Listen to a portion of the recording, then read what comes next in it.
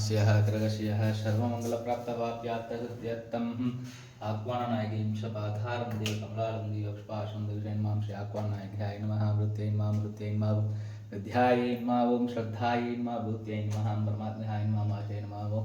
पद्मालयाय नमः पद्माय नमः सुजये नमः ओं स्वाहाय नमः सुधाय नमः धन्याय नमः हिरण्मये नमः भास्कराय नमः आधाराय नमः धर्माय नमः मणेश्वर्याय नमः ओं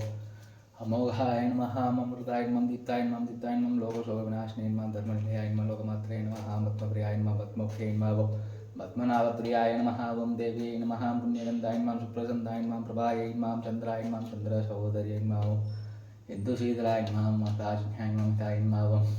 प्रीतिपुष्कारिण्यै नमः लक्ष्मी नमः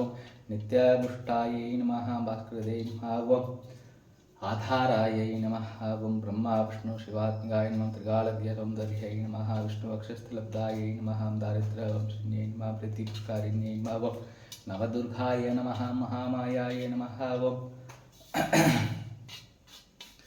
आह्वाननायध्याय नमः